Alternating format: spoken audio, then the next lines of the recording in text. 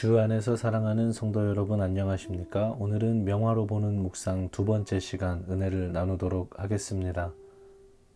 우리는 어제 식사 시에 하는 식기도를 통해 은혜를 나누었습니다. 오늘은 식기도 후에 이어지는 식사, 즉 먹는 행위에 대해 이야기해 보려 합니다. 한국 문화와 말 속에는 먹는 것과 관련된 말들이 참 많습니다. 친구와 교제를 할 때 차 한 잔 마실까 라고 합니다. 같이 먹자는 것이죠. 사람들을 만나서 하는 인사도 식사하셨습니까? 입니다. 먹었는지 여부를 물어보는 거예요. 다시 만날 약속도 시간 잡아서 같이 식사하자 라고 같이 먹자는 말을 합니다. 심지어는 나이가 한 살씩 들어갈 때도 한국 표현은 나이를 먹는다 라고 하죠. 흥미롭게 우리가 믿고 묵상하는 성경에서도 이 인간의 먹는 이야기는 계속 등장합니다. 창세기의 선악과 이야기 무엇입니까? 먹는 이야기죠. 먹는 것에서 시작해서 예수께서 십자가 지시기 전에 마지막으로 나누셨던 최후의 만찬 역시 제자들과 함께 먹는 것으로 진행되는 것을 봅니다. 인간이 먹는다는 것, 삶을 영위한다는 것이 얼마나 중요한지 보여주는 실예가 아닐까 싶습니다. 오늘은 장 프랑스와 밀레의 이삭 줍는 여인들을 통해서 인간의 먹는 것, 가장 기초적이면서도 중요한 행위에 대해 묵상해 보도록 하겠습니다. 그림을 살펴보십시오. 그림의 전체적인 분위기는 추수 후의 평화로운 전원의 풍경을 보여주고 있습니다.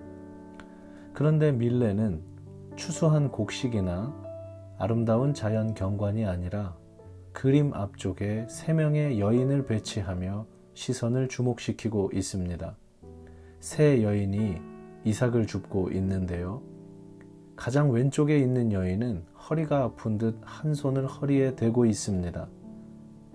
가운데 여인은 이미 오랜 시간 작업을 한 듯 많은 이삭을 주머니에 담아두고 있지요.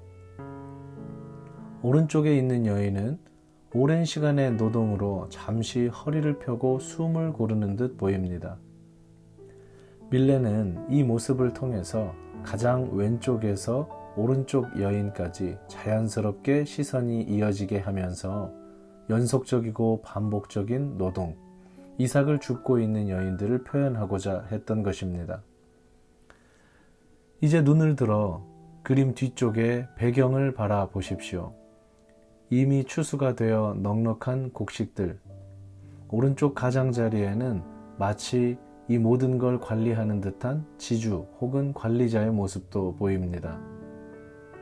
그렇다면 이 그림을 통해 밀레가 가장 표현하고 싶었던 주제는 무엇일까요?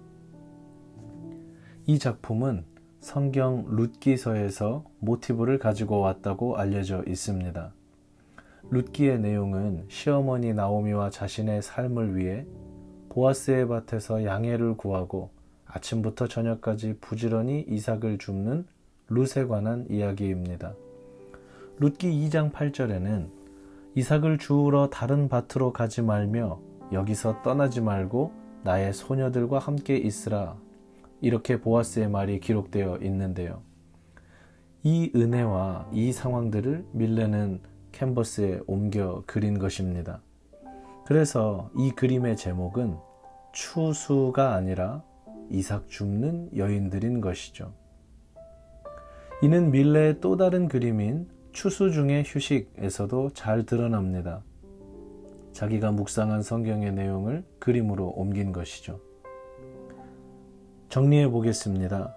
어려운 형편에 놓인 여인들의 먹는 문제, 삶의 문제, 그 모든 삶의 일들에 관심을 가지시고 먹이시고 입히시는 하나님의 은혜가 오롯이 드러난 그림입니다. 그래서 수많은 사람들은 밀레의 그림을 하나님과 성인들이 등장하지는 않지만 종교적인 그림이다, 하나님께 영광을 돌리는 그림이다, 이렇게 평가합니다.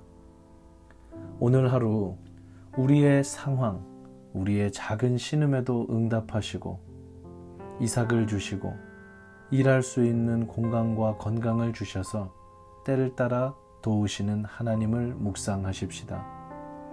그 주님의 성품과 은혜를 기억하십시다. 그분이 우리의 아버지 하나님 되십니다. 사랑하는 하나님 아버지, 오늘도 묵상을 통해 은혜를 주셔서 감사합니다. 우리의 작은 신음까지도 응답하시는 하나님을 기억하며 주 안에서 감사하며 믿음으로 살게 하옵소서.